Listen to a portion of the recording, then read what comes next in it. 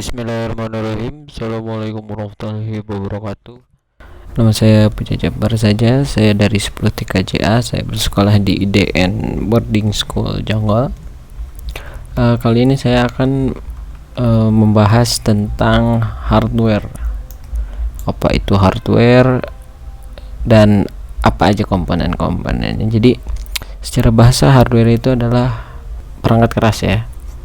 Atau jadi istilahnya itu punya komponen, jadi dia punya fisik gitu, punya fisik, bisa dilihat, bisa kita raba dan ada bentuknya gitu, nyata gitu.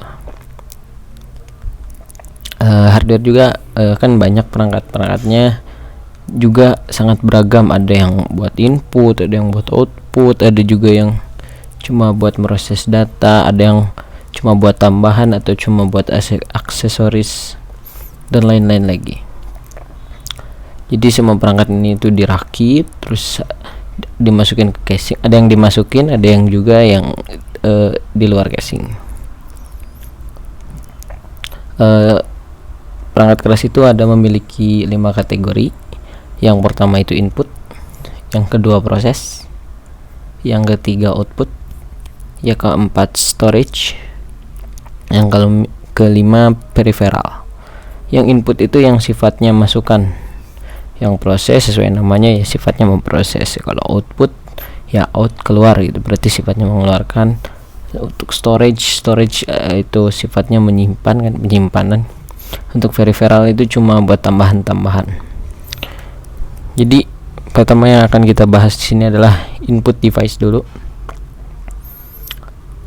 Input device itu ada mouse, ada keyboard, DVD player, scanner, touchpad, floppy disk. Nah, kita semua tahu ya yang biasa kita temukan lah. Mouse itu input yang berfungsi buat ngegerakin kursor kayak gini. Nah, gini gerak-gerak. Ya kita semua tahu lah keyboard. Nah, ini juga kita semua sudah tahu, di HP ada, di komputer juga ada, di laptop juga ada.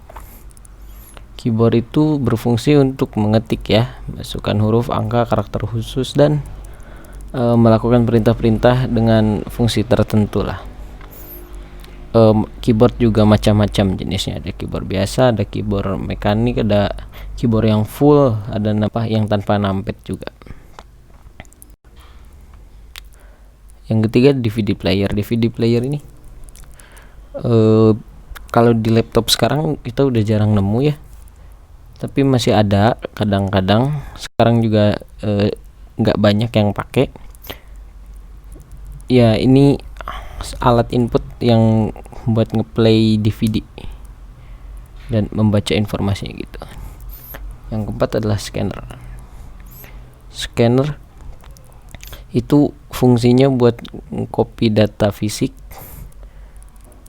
Jadi kayak foto, misalnya punya foto, masukin ke dalam scanner, pencet, jadi gitu kan, ada di dalam si komputernya, di penyimpanan komputernya. Hasilnya bisa kita lihat ada di komputer. Yang kelima ada touchpad.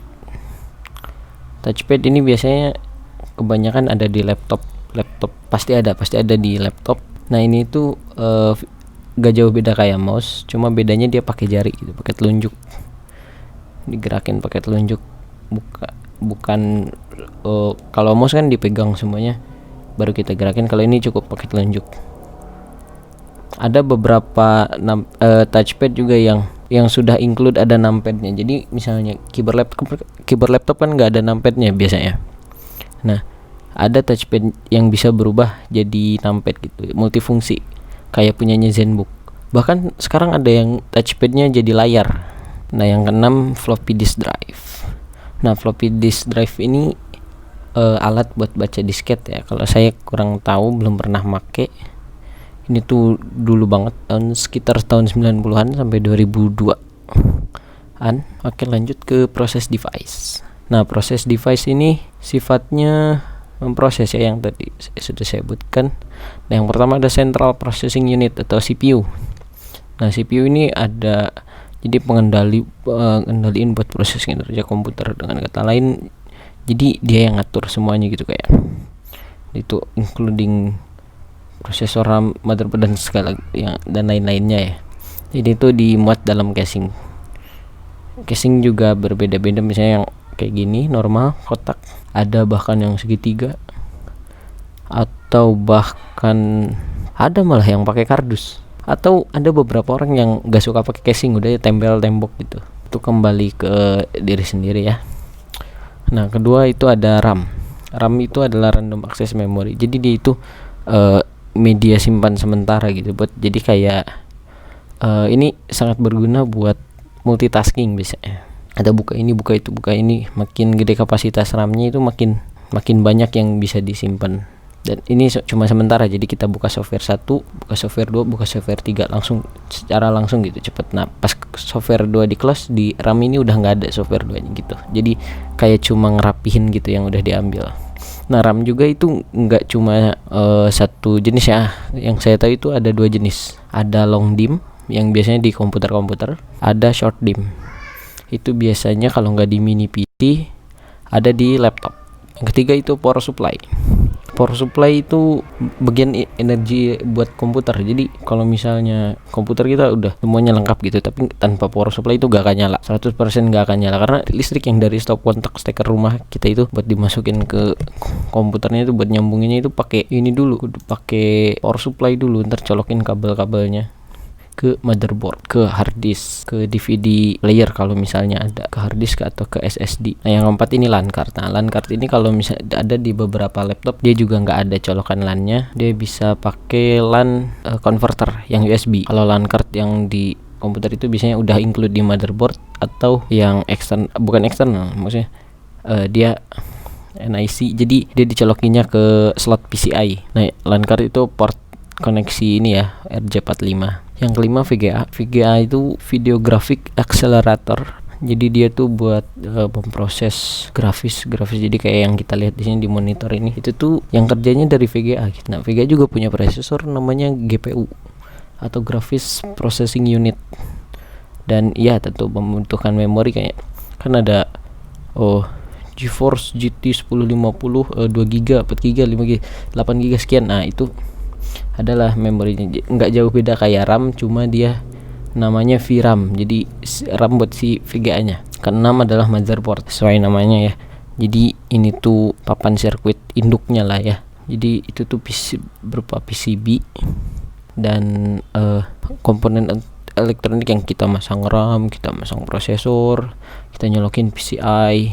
Kayak VGA juga kan masukin ke PCI, atau di laptop kan tidak ada, misalnya ingin memakai VGA eksternal, itu tuh bisa memakai, ada namanya VGA docking ya. Jadi ntar tuh dia kayak ada PCI nya gitu, colokin, terus ntar colokin ke HDMI laptop kita, seperti itu. Nah, ini masukin RAM, ini CPU nya, ini slot PCI nya, ini slot SATA. Yang ketujuh ini prosesor. Nah, prosesor ini yang bisa dibilang taksi komputernya ya. Jadi proses apa-apa itu dari dia dulu. Kalau bagus prosesornya, dia kenceng juga ngebuka softwarenya, tapi harus balance juga sama VGA sama RAM. Kalau enggak ntar bottleneck. Nah, kecepatan dari prosesor ini satuannya pakai megahertz atau gigahertz, tapi sekarang udah pasti pada gigahertz ya. Yang kedelapan ini fan. Nah, biasanya komputer yang standar aja, cuma buat yang nggak dipakai berat-berat itu pakai fan, jadi cuma kipas aja gitu. Buat ini bisa buat ada yang disimpan di casing, ada juga yang dibuat ke CPU. Nah, pakai ditempel ke heatsink gitu. Meskipun ada beberapa komputer dia lebih suka pakai water cooling ya. Nah, ke-9 ini sound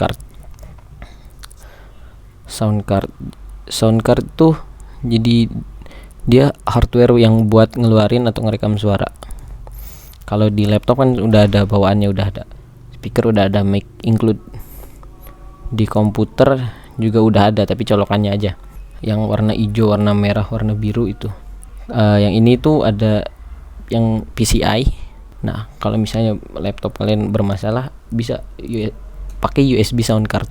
ini plug and play ya, atau kadang kita colokin dia harus installing dulu drivernya sebentar, tapi nggak perlu download driver segala lah. Yang ke-10 itu heatsink. Nah ini heatsink ya, yang buat ituin prosesor, meskipun beberapa sudah pakai water cooling. Nah sekarang ke output device.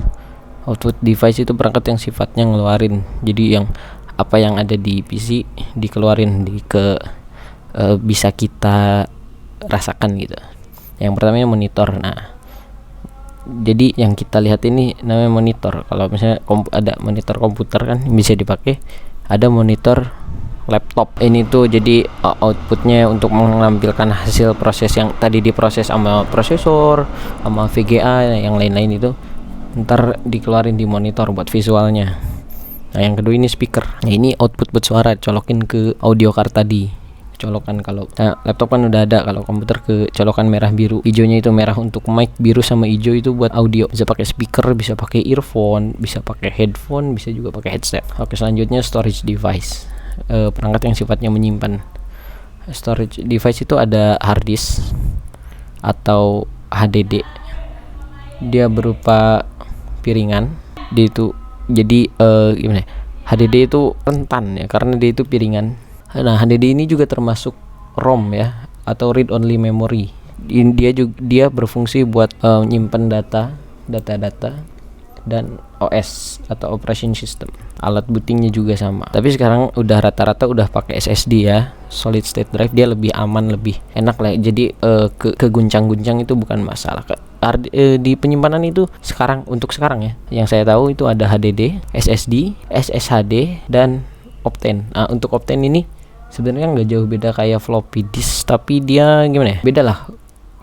Kegunaannya bukan untuk kita, itu buat ada suatu perusahaan yang butuh banget yang kayak gitu. Saya kurang ingat perusahaan apa, tapi ada itu kadang masih. Nah yang kedua itu DVD ya, DVD yang bulat ini itu jenis cakram, digital versatile disc atau digital video disc. Kayak kita dulu nonton beli kaset gitu kan. Nah di playnya ntar di DVD player. Ketiga itu disket. Nah disket ini floppy disk yang ntar dimasukin ke floppy disk player apa kalau gak salah. Yang terakhir ini peripheral device atau perangkat tambahan. Yang di peripheral device ini beberapa kita tahu lah ya. Yang pertama itu ada printer. Nah printer kita tahu itu tuh output juga, itu untuk mencetak data, seperti kita ngeprint surat, print gambar, seperti itu pada kertas. Beberapa printer malah sudah include scanner ya. Yang kedua flash disk. Nah flash disk ini sama, dia media penyimpan data juga, hanya saja bedanya dia lebih portable, lebih kecil, bisa disakuin, gampang hilang. Nah itu masalahnya. Jadi cukup harus sangat hati-hati, karena saya sendiri sering hilang gitu flash disk ya. Di ini disimpannya juga nyimpennya sifatnya non volatile, atau si datanya nggak akan hilang meskipun tanpa daya listrik. Jadi kita cabut kan nggak ada listriknya tuh, ya udah nggak akan hilang, aman gitu. Dia juga kalau keguncang-guncang cukup aman, bahkan beberapa kehujanan, kebasahan pun masih aman-aman aja. Nah yang ketiga ini UPS itu uninterruptible power supply, atau istilahnya kayak dia itu buat ngejaga kestabilan listrik kita. Kalau misalnya mati lampu gitu, mati listrik jadi pas mati lampu itu dia bunyi pip pip ngasih kalau misalnya mati lampunya bakal lama, itu ngasih tahu kita berarti buat shutdown dulu, ngasih waktu kita buat nge-shutdown dulu komputernya. Kalau misalnya cuma sebentar ya sama si UPS ini ditahan. Nomor 4 itu ada modem. Nah modem itu singkatannya modulator demulator, yaitu alat komunikasi dua arah yang digunakan untuk menghubungkan komputer ke jaringan internet. Jadi di modem itu ada, di belakangnya ada kayak kartu gitu, SIM card. Jadi SIM cardnya harus udah ada kuotanya. Sekarang udah jarang sih yang pakai kuotanya, ntar kita colokin. Biasanya ada aplikasi khususnya, beda-beda tiap provider. Nah dia itu bisa connect aja seperti itu ya. 5 webcam. Nah webcam di beberapa laptop udah include webcam, ada juga yang enggak. Tapi ini tuh untuk sekarang ini sangat-sangat berguna, apalagi buat meeting ya. Kan itu beda-beda, meskipun sekarang udah kita bisa pakai HP, colokin USB, terus sambungin pakai Droid Cam, lebih mudah lah. Yang keenam ada hard disk eksternal. Dia itu sama penyimpanan juga kayak hard disk tadi, cuma dia sifatnya portable gitu, bisa dibawa kemana-mana, nggak jauh beda kayak flash disk, tapi dia ukurannya lebih besar, tapi kapasitasnya juga lebih besar. Oh, sampai 2 tera. Enggak, ada yang sampai 24 tera, sekitaran segitulah. Selanjutnya ini proyektor ya. Proyektor itu jadi itu tuh buat alat optik. Jadi kayak monitor tapi dia nembakin cahaya gitu. Kayak layar tancap gitu. Nah, itu proyektor. Yang ke-8 ini card reader. Card reader ini dia ada yang bentuknya mirip flash disk tapi dia gunanya bukan flash disk. Jadi buat ngebaca kartu. SD card, mini SD, SDHC, SDXC, MSD, RS card dan lain-lain. Yang biasanya lengkap lah, ada juga yang nggak lengkap tapi rata-rata lengkap. Yang 9 ini barcode reader. Nah, ini biasa kita ketemuin di minimarket. Dia buat ngebaca barcode. Jadi kalau kita beli makanan itu ada barcode-nya dah, ada scannernya, reader si barcode-nya. Nah, yang 10 yang terakhir itu joystick. Jadi joystick itu masukkan komputer yang berwujud tuas atau tongkat sebagai pelengkap untuk bermain game ya. Untuk PS2 biasanya dia harus pakai converter dulu yang kayak gini, bentuknya segitiga. Tapi alhamdulillah untuk PS3, PS4 dia udah USB colokannya. Jadi enak lah, nggak usah ribet-ribet pakai converter. Atau ada colokan PS2 juga yang udah langsung USB gitu. Untuk PS5 saya kurang tahu. Oke, mungkin itu saja dari saya. Sekian, semoga bermanfaat. Wassalamualaikum warahmatullahi wabarakatuh.